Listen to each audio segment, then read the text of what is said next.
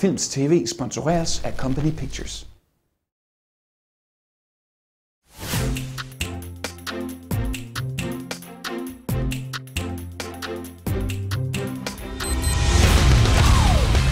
I denne uge udkommer Sylvester Stallones seneste actionbrag, The Expendables. En varmhjertet hyldest til actionfilmene fra stjernens storhedstid i 1980'erne. Og som det eneste danske medie var vi i Los Angeles for at tale med 3 af filmens skuespillere, Eric Roberts, Dolph Lundgren og Sylvester Stallone selv. Men vi lægger ud med en anmeldelse af filmen.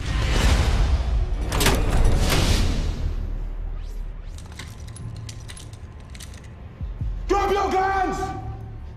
I'll take the 4 on the left. Why don't you take the 2 on the right and leave the rest alone? You should take the 2 on the right. You're not that fast anymore. The only thing faster is light. We'll see. Bullets go faster than blades. Bring the money here, now! You want the money? Go get it. What's that? In a text. Excuse me? Get up!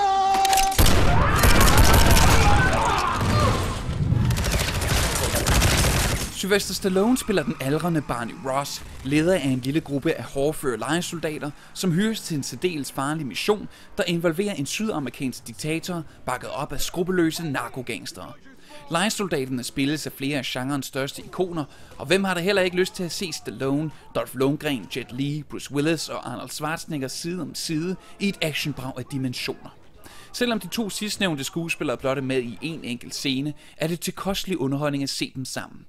Dette må næsten være sensommerens bedste bud på et actionbrag. Selv er Stallone i topform med hængende mundvig og kælderryst i en lidt altmodisk, men eksplosiv actionfilm, hvor computereffekter er dømt ude, og den smertehungrende stuntman er på plads, der hvor det gør allermest ondt. 4 stjerner får filmen. Og Filmz fik altså mulighed for at interviewe 3 af filmens stjerner, og vi lægger ud med vores snak med ensemblet skurk Eric Roberts. Well, actually, I'd love to start off with a quote from one of your co-stars in your new movie, Mickey Rourke, because he talked about you recently in an interview where he said that he'd love for you to get the kind of part that he did in The Wrestler, like a huge part that would really, revitalize your career, which he really thinks you deserve. Is that something you really consciously think about, or do you just enjoy doing what you do at the present time? To answer that question like I'm supposed to, is not true. I don't think about it at all. Okay. And I should, but I don't. And I love Mickey for that shout out. I heard that shout out when he made it, and it almost brought me to tears because I was so embarrassed, but I was so moved by it. And I love Mickey. He and I are close. And what attracted you to do this movie in particular? Sly Stallone. Cool. I worked with Sly back in '94 on The Specialist. And he was the star of that. This, he was the star, writer, director, producer. So he was just the star then, and he acted like just the star. But on this, every frame of this movie has him all over it, as a writer, as a star, as a director, as a producer, all over it. And as an actor, he knows how to direct actors. And he's just wonderful. And he's the most driven man since Bob Fosse I've ever worked with. I mean, he is driven, and it's all to a real goal, a real point. It's not just generally driven. He has a goal in mind, and he's fun to watch, pal. You're playing a villain again, which is something you do a lot. Is that something do you enjoy playing the villain more than the hero? Does that give you a more?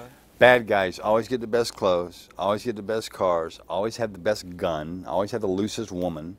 And they almost always get to die. It's fun. You love dying on movies? Oh, yeah. Oh, God, well. Oh, yeah. And I love you in Entourage. Is that liberating to be able to play this kind of overzealous version of yourself? Is that? Well, you know, why I actually did Entourage was I watched that show. And about the 4th time I heard them say my name, I called my lawyer because he handles all those writers on that show. So I called my lawyer and I said, if they're going to talk about me, put me on this show. I'll call you back in 5 minutes. And he calls me back. They want you on the show, but they have one request. What? Will you do shrooms? So. And speaking about huge action movies, of course. I'd love to just ask a quick question about Batman, of course, because Sure. you've been on Dark Knight. It's one of the biggest movies of all time. Sure. Have you heard anything about? Because we didn't see you die, and you were great in the last one. Have you heard anything about maybe you returning in the third one? Well, this hasn't been announced yet, but I'm gonna tell you. He's gonna bring me back. My character goes through, because he has to hide, so he has to go through a whole sexual change, and he becomes a woman. It's gonna be far out. Can't wait to see it. Cool. It's been a while since you've been in a huge movie that came out in the cinemas. Yes. In the U.S. Do you miss being in that spotlight that comes with a huge movie? Well, in one way, yeah, I think so. But you know, life isn't perfect all the time, and you learn a lot by making smaller movies too, and having to struggle. And I started directing, and it's all part of the mix. This is a lot of fun, though. It sure is. Yeah. And how was it to work again with Stallone after so many years? It was terrific. It was nice to work with him. It was fun to be in a big film. It's a big budget picture. I think one of the biggest he's been in too. Certainly the biggest one he's directed, I think. So there's a lot of resources, and there's more pressure as well for it to do well, and that's why we're sitting here. And it's fun to be part of all of this, for sure. Yeah, why not? I know you've been director, and I've seen Command Performance. Could you resist, now that you've directed so much, could you resist giving Sylvester Stallone a couple of pointers during the shoot? Yeah, it's very easy to resist that, because he knows what he's doing, and as an actor, you're just there to help the director, and I mean, to do your job as an actor. You may give a few points on the story or some character relationship when you're developing the film, but you're not going to walk on a set and say, hey, can you move the cameras over here? No way. I remember reading that you were a bit worried about the humorous moments in the film, because you're great at killing people on film, but maybe not delivering punchlines. How do you feel that went? I think it went okay. I think that, like Stallone said, I'm going to make you the first Swedish comedian. He said, well, you're going to be the first Swedish comedian. So I thought that was pretty funny. I mean, it's a good line, by the way. Bergman, he wasn't exactly known for his comedies, but I thought it was good. It was fun. This is definitely an old school type of action movie with emphasis on real stunts and real action, not too much CGI. Is that how you prefer action movies yourself? Yeah, I think so. I'm not a big fan of guys jumping from building to building and wearing tights, and doing backflips. I'm not into that. I can't enjoy that. Maybe maybe if it's a kid's film, I could see why, but it's just not really realistic. And I mean, at least in this film, there's some chance that in real life you could sort of pull something like this off. That's what I prefer. I think that's better for the story, for the audience. Okay. Til slut talte vi med Stallone selv, og her fik vi på klods hold et strålende eksempel på mandens kreative overskud, i det han ikke engang kunne holde sig fra at give PR-folkenes kameramand en masse gode råd med på vejen. Yeah, like right now you're here. Yeah, they love seeing title. Right. And then I thought maybe there. Sure. Just a little bit. Okay. Stand Cool. by. Here we go. Thank you. Okay, so you're 64 years old, you're still kicking it, you're still kicking ass. Yeah. What's your secret? I guess, good question. Just arrested development, just immature, I guess. That's what I feel like I'm a kid with arthritis, that's all. In terms of Expendables, it's really much a throwback to the action movies, to the blockbusters of the 80s. Just like Rocky Balboa in many ways, in the latest Rambo movie also. Do you have a special fondness for that period? I do, because there's simplicity to it. It's easier to follow, and if you do it right, like in First Blood, because I've done it right and I've done it wrong, if there's a moral message in there, what I would call, this would be Christological taxonomy, which is like spiritual signifiers. In other words, there's a moral message. It's just a fancy word for, it's like, in the end, when he gives a gift, she says a gift, thinking a gift for something is not a gift. Well, giving a gift, of giving your life for free, to free someone else is the ultimate. So that, at the very end, you have men that only care about money, now doing it for compassion, message. And in doing that, they become free. Like, I belong to the human race again. Yeah. And it's also different compared to many modern pictures in terms of it has a lot of real stunts, it's a lot of real action that's not polluted by special effects. Is that really important to you as well? It's very much so, because I think that once you get into too many special effects, the audience has a buzzer that goes off, okay, this is fantasy, and I'm not going to get emotional. I'll go, yeah, it's interesting, like a roller coaster, but it's not getting me here.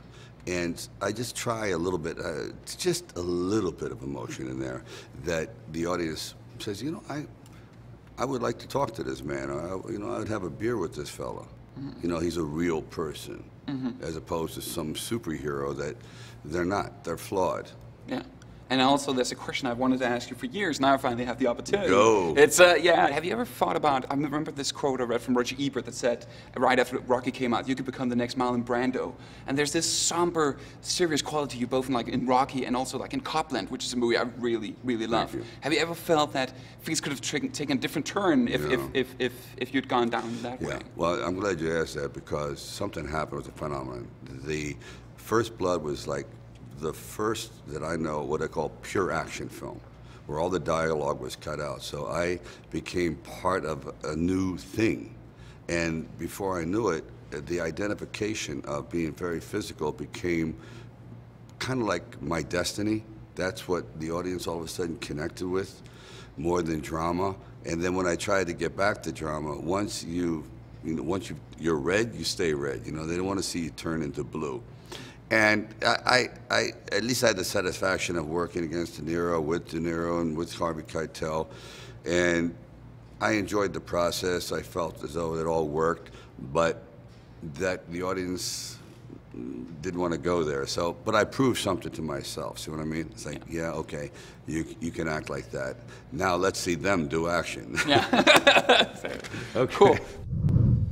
Det var alt, hvad vi havde på programmet i denne uge af Filmz TV. I næste uge byder vi som sædvanligt på interviews og anmeldelser af ugens aktuelle film. På gensyn! Husk selvfølgelig, at du kan læse endnu flere artikler og anmeldelser på hjemmesiden, som du også kan diskutere i vores omfattende online forum.